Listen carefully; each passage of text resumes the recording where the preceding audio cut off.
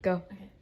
Hello everyone, so my name is Chris Adazaro and today I'm going to be talking about May 4th Romanticism and the way Bachin's family showcases shifting cultural values that were occurring in China during that time.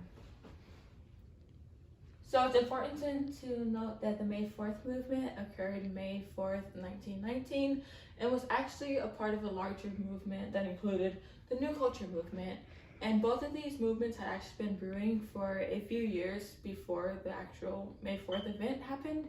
And so it emphasized a shift from traditional Chinese values that had been influenced by the great philosopher Confucius, and it was moving towards a focus on individualism that was influenced by Western thought, because at this time Western thought and Western works of art and writing was making its way into China and influencing Chinese youth and Chinese intellectuals, which is why many intellectuals supported this modern way of thinking and incorporated it into their writing. So these are some of the ideals that are found in May 4th Romanticism, like the books, films, and different types of media that include this theme or this concept. So there's an overall shift from importance on the family to importance on the individual. There's the welcoming of new ideas that clash with traditional Chinese values. There's going to be rejection of arranged marriages. There's going to be a focus on the individual's will, desire, and wants. And then there's going to be a focus on emotions. And then there's also going to be the rise of feminism and the rejection of traditional attitudes towards women, and advocating for the empowerment and the education of women. And then there's also an idealistic perspective on modernity, because during this time, intellectuals thought that the new era was going to bring in a new wave of thinking, and in some cases that just didn't occur. So this is Bachin. He is the writer of Family and a bunch of other books that are really great. And so he was an intellectual whose writing was influenced by his own experience, by his upbringing in his childhood. And if you actually read the book and you look into his biography, you can see that he shares a lot of common points with his main character in the book Family, Gao Zhuhui.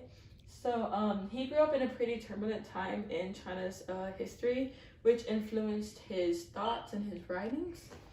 And then he wrote Family in 1931, and the book soon became popular because a lot of Chinese youth can see their own experiences and their own struggles reflected back to them from its pages. So this is just an overview of the book itself.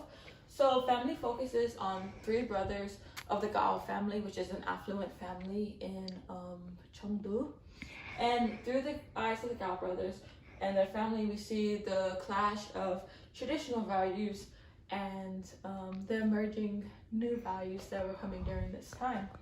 And so the book calls into question the patriarchy, filial piety, feminism, personal autonomy, and traditional thought and practice.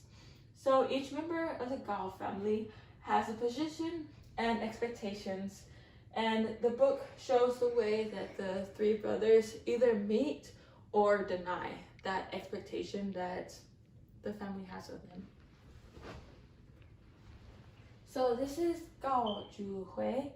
He's actually the third and youngest brother of the Gao family, and he's also the main character, and he's also the one that you can see a bit of similarities between him and Bachin.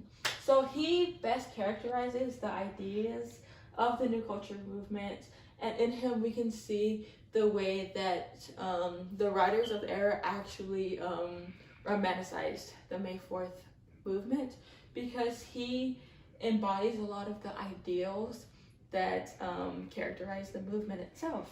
He's a firebrand, he's idealistic, he thinks of the individualist is more important than the collective or than the family.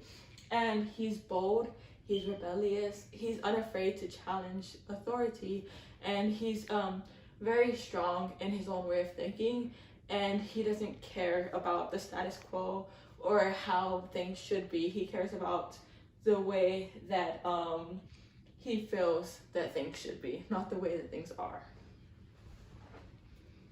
So this is Gao Zhumen, and so he's actually the second brother, and he kind of fades into the background a lot just because he represents a balance between the two extremes of his two brothers, and he's not really a rebellious character like his younger brother, but he does enjoy reading the magazines that were being produced during this time that emphasized the ideals of the New Culture movement, but he wasn't a big proponent of them until the family said that he wasn't allowed to marry Chen, which is the girl that he was madly in love with, and that was the only time he rebelled. And so in my opinion, I would say that Gao Zhuxian is actually the most kind of complicated and complex character in the whole entire story. And even though the story focuses on Zhu Hui, I really enjoyed reading about Zhu Xin, about his struggles, because I think that they're very unique, and he kind of embodies the tensions that Chinese youth felt between the traditional values and the emerging modern values. And that is because he is the oldest brother, and not even just the oldest brother, he's also the oldest son of an older son.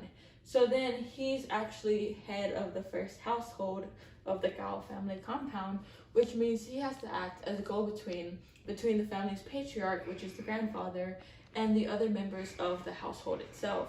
So there's a lot of times when he finds himself in conflict with his own brothers because he has to ensure that there's peace and that their authority of his grandfather is being maintained. So he has to deal with a lot of difficulties within the house and actually fix them. So he fixes them a lot of times at kind of the detriment of his own personal wants and desires, because he suffers a lot throughout the book with in many different ways, but he still remains loyal to his family, and he feels kind of the tension in those values the most. So his two philosophies are the philosophy of the compliant vow and the policy of no resistance, and these two philosophies give him the strength that he needs to deal with his family and to deal with his own personal struggles, I would say.